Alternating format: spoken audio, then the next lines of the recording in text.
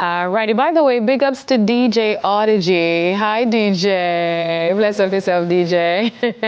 All right, our next guest is an incredibly talented Jamaican artist who is not only keeping our rich cultural traditions alive, but taking them to the world, like both said. Richard Nattoo recently made Jamaica proud at the Investec Cape Town Art Fair in South Africa, where he was the only Caribbean artist selected for the prestigious Tomorrow's Today showcase. And what did he bring with him? Tell me, Jonkonnu. He's here to tell us more. Hi, good morning. Hey, well gone. Look at you. There, man. Well, Caribbean, and are you one? Oh, yeah, someone, that's how I have to do it, man. How you feel about that? When you got the call, knowing that you're the only Jamaican, you're like, yeah, I'm that guy. Yeah, of course, Okay. Of course, I am that guy. You are that guy. Talk to me about your art. What kind of art do you do?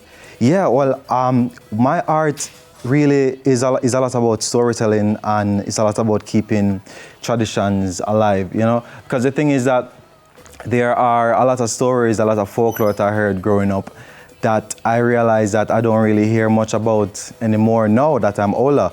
So my art, you know, it's almost like this archive for a lot of Jamaican history and folklore and culture and storytelling. I cannot, you know, just sit back and watch some of these things just be erased. I have to do something about that. Mm-hmm. And my work is where I do something about that. Right. Mm-hmm. Yeah. So when you got that call, knowing that you were going to have to represent not just Jamaica, but the entire Caribbean, mm-hmm. what was your thought process and what is your preparation process going into something like that? Oh, a lot of it. There's a lot of research that goes into it, you know, because when I got the confirmation that, you know, Richard, you're going to be here. This is the largest art fair in Africa. Mm-hmm. And you're going to be like the only Jamaican Caribbean person there.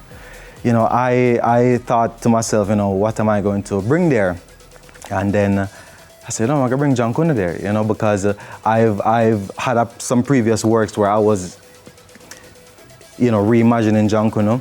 And I said, no, I want to bring this here to this stage, because a big part of it is that, you know, Jonkonnu has been, you know, it's kind of been fading out. You know, it's not as rich and vibrant as it used to be.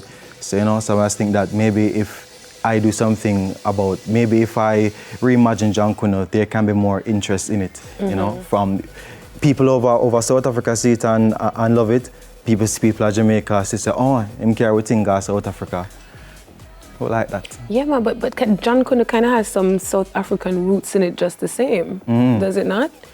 Well, you know, so I know it's interesting I said that, you know, because when I was looking at Jonkonnu and kind of reimagining it, I started to look at a lot of African masquerade traditions, mm-hmm. and so much of them had a lot of similarities. Right? Yeah. So some part I'd probably have some influence there. Mm-hmm. Mm-hmm. Viewers who may not be familiar with your work, what would you tell them about the type of art that you do? It is magical realism through a Caribbean lens, and it is about reimagining culture as a way of using imagination as a means of preservation. That's very profound. Very profound. You selected Jonkonnu, you said, because you felt like it was fading. So you're trying to keep that tradition alive. Mm-hmm. We're still trying to hold on to that for as long as possible. And we only see it in limited spaces at specific times, like, you know, when we're celebrating independence or something like that. Yeah. What would your advice be, or how would you want other artists to do their part in ensuring that this art form, mm-hmm. however it takes on, you know, life, mm-hmm. whether it's with what you do or in performance, how would you want to see it continue to live forward? What would your advice be to folks to? Yeah, I mean, listen, go country, talk to your auntie and your grandmother, and talk to them before they're not here anymore, and listen to the stories, and listen and think about how these stories used to make you feel when I did young, and think and kind of tap back into that nostalgia, and then look around at how you don't really see much of those stories, and kind of feel that void and feel the need to do something about that void. Mm-hmm. Yeah. Is doing something for you probably also teaching for persons who may not know how to interpret correctly, or who may not understand the art form correctly? Would that be something you're interested in if you haven't already done so? Well, you know, I mean, I think on social media, I do like a lot of videos here and there to kind of talk about what I learn, what I know, what my research has brought up. And then I see a lot of people will kind of comment back and say, oh wow, I didn't know this was like this. And then sometimes some people will give some other, give their 2 cents to it and say, oh yes, this is like this because my uncle have a story like this and that, you know. So it's like this beautiful cross-pollination happen where it's not just really teaching, but it's this conversation being opened up, you know. Yeah. For persons who want to be able to experience your work, where can they go for that? Well, right now they can go on my Instagram, which is at DJ Sinister1, or you can probably arrange a studio visit with me and then come by my studio and come look at some work at my space, you know. And then other than that, I have a few exhibitions coming up. I work at 2 galleries primarily. I work with Eclectica Contemporary in Cape Town, and I work with Turn Gallery in the Bahamas, you know. And sometimes, you know, I do shows here in Jamaica, and because it's important for my own people to see the type of work that I'm doing. The work is about my people here. So yes, I should have some showings coming up in Jamaica pretty soon. Awesome. And we'll keep following you on socials to see, because I'm sure you'd make the announcements there, right? Yeah. Right, awesome. And before we go, we cannot not talk about your experience while being there. Was there any one thing you wanted to do apart from what you went there for? Like, I have to experience this before I leave, when you went to Africa?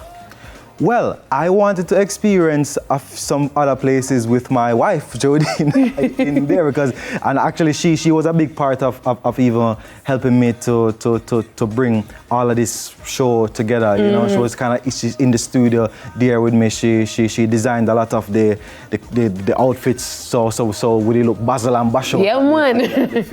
You know, so I wanted to experience a lot more of South Africa with her while I was there. So yeah. Did you get a chance to, or you will have to go back to finish what you started? We did get a chance to experience some more things, man. But you know, I was the next time to go there and see more things. I can't take in everything. True. Favorite moment from the trip?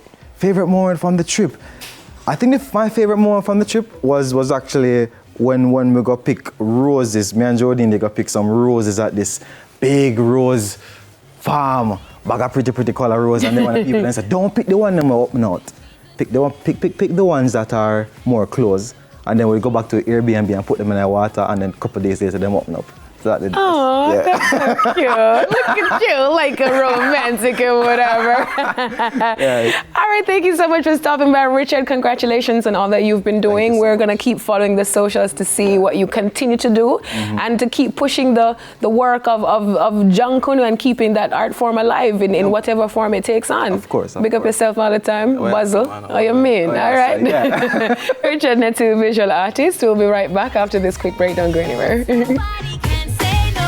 Jesus said